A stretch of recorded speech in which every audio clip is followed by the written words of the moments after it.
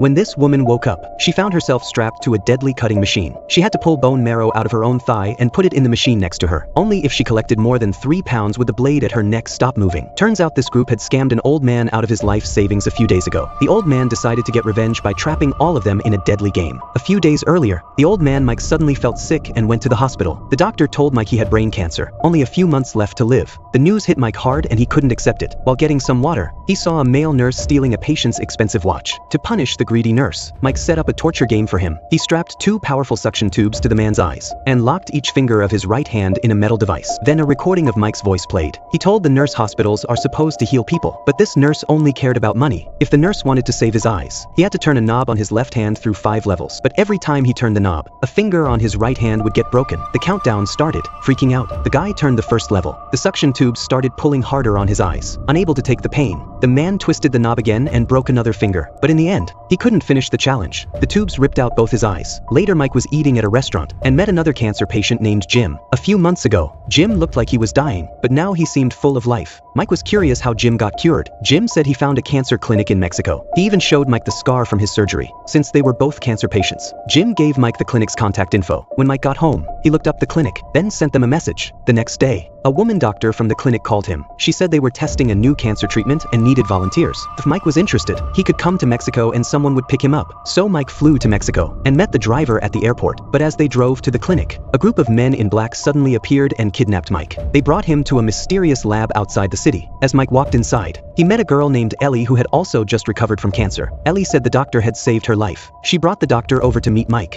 The doctor explained the men in black were just security, then introduced Mike to the anesthesiologist and the nurses. He even saw a guy named John who just finished surgery. After seeing all this, Mike finally believed the doctor. The next day, they scheduled Mike for a brain tumor removal. He got anesthesia and saw some images on a monitor. When Mike woke up, the doctor told him the operation was a complete success. Now he just needed to rest and he'd be back to normal. Overjoyed, Mike quickly paid off the rest of the surgery bill. But a few days later, he brought some wine to thank the doctor and found the whole place empty. The clinic and lab were completely gone. Mike checked the computer and realized the surgery video was pre-recorded. He quickly tore off his head bandages and found out he never had any surgery at all. That's when Mike realized he'd been scammed. But these people had no idea they just messed with the wrong guy.